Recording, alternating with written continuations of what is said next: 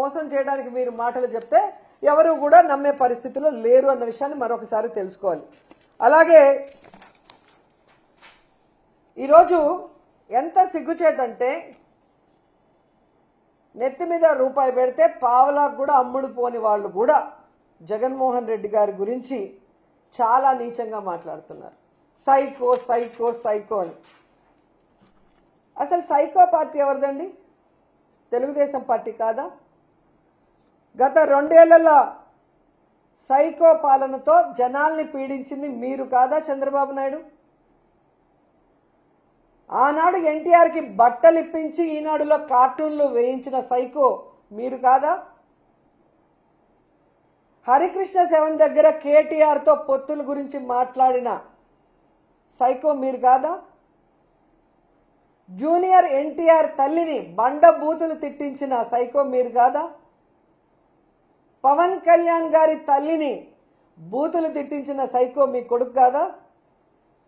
అమిత్ షా మీద చెప్పులు వేయించిన సైకోలు మీరు కాదా? ఈరోజు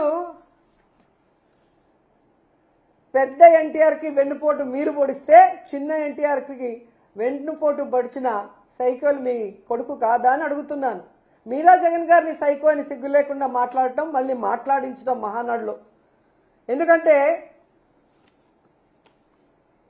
మీరు ప్రజలకు చేస్తామన్న సంక్షేమము అభివృద్ధి చేయలేదు, జగనన్న ఇస్తున్నవి ఇవ్వలేదు, ప్రజల్లో వ్యతిరేకత వస్తుంది కాబట్టి ఏ విధంగా రెడ్ బుక్ రాజ్యాంగంతో డైవర్షన్ పాలిటిక్స్తో కాలం గడుపుతున్నారనేది అందరికీ అర్థమవుతుంది. ఎందుకంటే ఈరోజు శ్రీహరి గారిని ఏ విధంగా తీసుకెళ్లారు, ఈరోజు కేఎన్ఆర్ గారిని జగన్ గారి పిఏగా ఉన్న వ్యక్తిని కూడా తీసుకెళ్లి మీరు డైవర్షన్ పాలిటిక్స్ చేయటం, మీ చేతగానితనానికి మీ ఫెయిల్యూర్స్ని కప్పిపుచ్చుకోవడానికి జగన్ గారిని వైఎస్ఆర్సీపీని టార్గెట్ చేయడమే కాకుండా ఆఖరికి కొమ్మినేని గారు నవ్వారు అని కూడా కేసు పెట్టి జైల్లో పెట్టారు. ఇది ఎక్కడైనా ఇది వింటుందా? అలా గనక కేసులు పెట్టుకుంటూ పోతే తెలుగుదేశం జనసేన పార్టీలో మీతో పవన్ కళ్యాణ్తో సహా అందరూ జైల్లోనే ఉండాలి. మీరు మాట్లాడినంత నీచంగా, మీరు మాట్లాడినన్ని అబద్ధాలు, మీరు చేసినన్ని మోసాలు ఎవరు కూడా చేసి ఉండరు. కానీ కక్ష సాధింపుతో ఈరోజు కేఎన్ఆర్ గారిని తీసుకెళ్లటం ఈ రాష్ట్ర ప్రజలు చూస్తున్నారు. తొందరలో మీకు బుద్ధి చెప్తారని కూడా ఈ సందర్భంగా తెలియజేసుకుంటున్నా. ఎందుకంటే ఈ రాష్ట్రంలో లా అండ్ ఆర్డర్ లేకుండా పోలీసుల్ని మీ చేతుల్లో పెట్టుకొని ఈరోజు మహిళలకి రక్షణ లేకుండా చేసి కేవలం వైఎస్ఆర్ కాంగ్రెస్ పార్టీ వాళ్ళని టార్గెట్ చేసి కేసులు పెట్టడం, వాళ్ళని కొట్టినా చంపినా కేసులు లేకుండా చేయటం, దీనికి పోలీసు వ్యవస్థని వాడుకుంటూ దేశంలోనే పోలీసు ర్యాంకింగ్లో దిగజారిపోయింది. ఈరోజు హింసల్లో, దాడుల్లో, దోపిడీల్లో, అబద్ధపు ప్రచారాల్లో తెలుగుదేశం పార్టీ ఫస్ట్ ఉందన్న విషయం అందరూ కూడా చెప్తున్నారు. సర్వేల్లోనే తెలుస్తుంది. ఇంకైనా సిగ్గు తెచ్చుకొని రాబోయే 3 సంవత్సరాల్లో అయినా ప్రజలకు ఇచ్చిన హామీల్ని నెరవేరుస్తూ అభివృద్ధి చేస్తూ ముఖ్యంగా మహిళలకి రక్షణ కల్పించండి అని కోరుకుంటున్నా. శ్రీశక్తి అని పేరు పెట్టుకోవడం కాదు, మనని కన్న మన తల్లికి గౌరవించినట్టే ఈ రాష్ట్రంలో ప్రతి మహిళని గౌరవించి మహిళా సాధికారత దిశగా మీరు అడుగులు వెయ్యాలి. అవి వదిలేసి మీరు ముగ్గురిని కనండి 30,000 ఇస్తా, వాళ్ళకి నలుగురిని కనండి 40 ఇస్తానని పిచ్చి మాటలు, దిగజారుడు మాటలు మాట్లాడద్దు. పేదవాడేమో ముగ్గురిని గనాలంట, నలుగురిని గనాలంట, నువ్వేమో లింగులిట్టుకని ఒకడిని గంటావు, నీ కొడుకు లింగులిట్టుకని ఒకడు గంటాడు. డబ్బున్న మీరేమో రెండో వాళ్ళని గనరు, డబ్బు లేని వాళ్ళు 3-4 గనాలా? 30,000తో వాళ్ళ జీవితం అంతా కూడా వాడి తిండికి, వాడి బట్టలకి, వాడి చదువుకి, వాడికి ఒళ్ళు బాగాలేకపోతే వైద్యానికి అన్నిటికీ సరిపోతుందా? అమ్మఒడి ఇవ్వు, ఫీజు రియంబర్స్మెంట్ ఇవ్వు,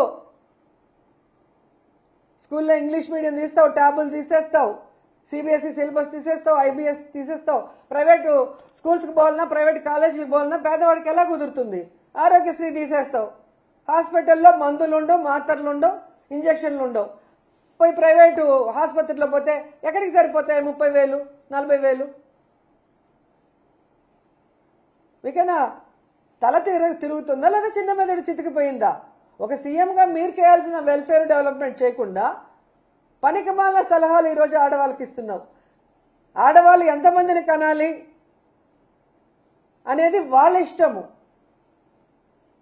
నువ్వెవరు చెప్పడానికి? కనీసం ఈరోజు రాష్ట్రంలో కడుపు నిండా అన్నం తినలేని పరిస్థితి. నిత్యావసర వస్తువుల ధరలు ఎలా పెరిగిపోతున్నాయి? పెట్రోల్ డీజిల్ ధరలు ఇప్పుడు మళ్ళీ పెంచావు. ఇప్పుడు మళ్ళీ నిత్యావసర ధరలు పెరిగిపోతాయి.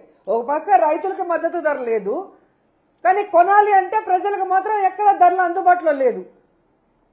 జీతాలు పెంచవు, నిరుద్యోగులకు ఉద్యోగం ఇవ్వవు, నిరుద్యోగ భృతి ఇవ్వవు, ఏ వెల్ఫేర్ స్కీము డబ్బులు ఇవ్వవు. ఏ విధంగా వాళ్ళు బతకాలి? ఒకరుంటేనే కష్టపడుతుంటే ముగ్గురిని కనండి, నలుగురిని కనండి అని చేతగాని మాటలు మాట్లాడుతున్నారు. నువ్వే అంటే నీ కొడుకు ఇంకా చేతగాని మాటలు. రైమింగ్ కోసం ట్రై చేస్తాడు. జగన్మోహన్ రెడ్డి గారు 10th క్లాస్ పేపర్లని ఎత్తుకుపోయాడంట.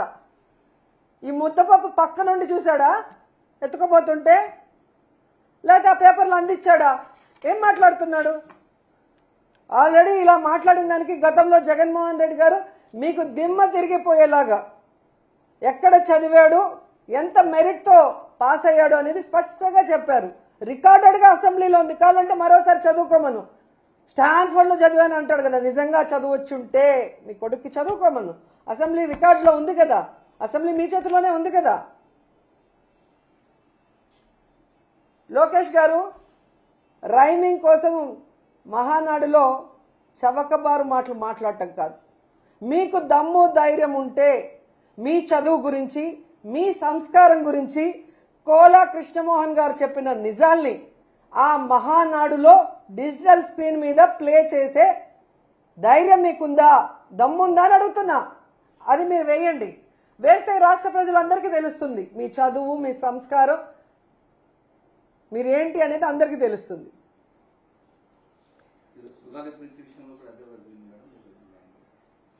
మళ్ళీ పెద్ద బిల్డప్ మాటలు. నేను రాజశేఖర రెడ్డి గారిని చూశాను, నేను జగన్మోహన్ రెడ్డి గారిని చూశాను, నేను ఎవరికీ భయపడినని. జూమ్లోకి కొడాలి నాని వంశీ వస్తేనే భయపడి పారిపోయి ప్యాంటు తడుపుకున్న నువ్వు ఎందుకు నీకు బిల్డప్ మాటలు చెప్పు?